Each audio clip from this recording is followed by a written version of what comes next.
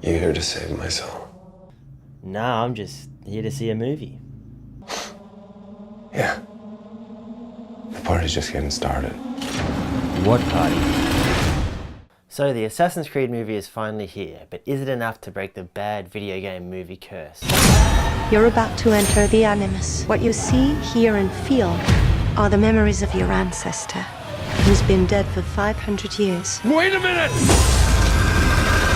Now in Assassin's Creed, instead of Desmond Miles, we're introduced to Michael Fassbender's Cal Lynch. Cal is a man with a history of violence who's saved from death row by the mysterious Abstergo Corporation, which isn't a video game company in this situation, guys, and their naive but ultimately well-intentioned head scientist, Sophia Rickard. Through her, we learn that the company's goal is to try and find a cure for violence by going back in the genetic memories of violent criminals and finding the Apple of Eden, which they think is going to solve all their problems. The only problem is, solving all their problems involves the head of Abstergo, Alan Rickman, played by Jeremy Irons, using the Apple of Eden to control the minds of every single human being on Earth and making them subservient to the Templars.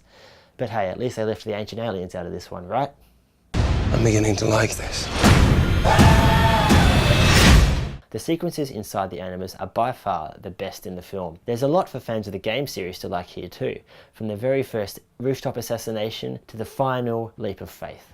Yet these scenes are so frenetic and fast-paced that we don't really get a chance to settle down and get to know any of the characters that are interspersed throughout these sequences. Case in point, Maria, who's played by Ariane Labed, who we barely realise is meant to be some sort of love interest for Cal's ancestor Aguilar, also played by Michael Fassbender, before she's jumping across rooftops and dodging bad guys and basically just providing fodder for Aguilar to react off of.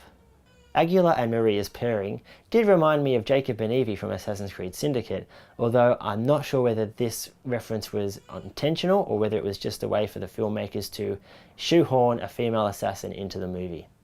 Unfortunately, the scenes in the Animus are few and far between, and once we're back in the real world, things get a bit slow and heavy with all the plot development. Cal's character also starts to develop a bit in these scenes, where he starts to go a bit crazy and starts seeing people from the Animus inside the real world.